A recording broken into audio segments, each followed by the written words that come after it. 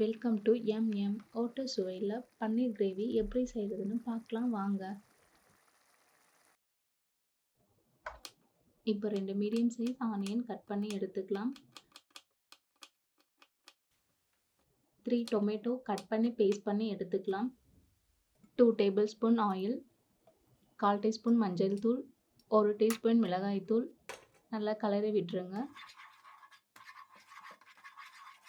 இப்போ கட் பண்ணி வச்ச பன்னீரை ஆட் பண்ணி லோ ஃப்ளேமில் 2-3 மினிட்ஸ் வறுத்து எடுத்துக்கலாம்.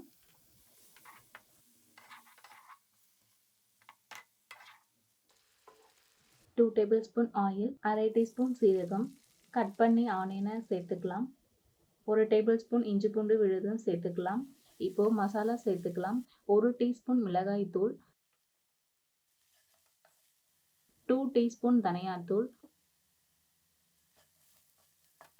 1 டீஸ்பூன் சீரகத்தூள். இப்போ லோ ஃப்ளேமில் வச்சு மசாலா நல்லா கலரி விட்டு பச்சை வாசனை போகட்டும். இப்போது டொமேட்டோ பேஸ்ட் ஆட் பண்ணிக்கலாம். 1 டீஸ்பூன் கரம் மசாலா, தேவையான அளவு சால்ட்டு,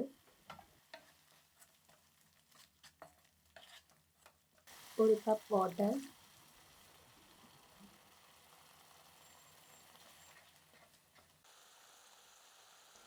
இப்போது 15 முந்திரி பருப்பு அரைச்சி வைத்ததை ஆட் பண்ணிக்கலாம். கிரேவி திக்காக இருந்துச்சுன்னா 1 கப் வாட்டர் ஆட் பண்ணிக்கோங்க. 5 மினிட்ஸ் ஆட் பண்ணதுக்கு அப்புறம் அப்படியே கொதிக்கட்டும். கஸ்தூரி மெத்தி சேர்த்துக்கலாம்.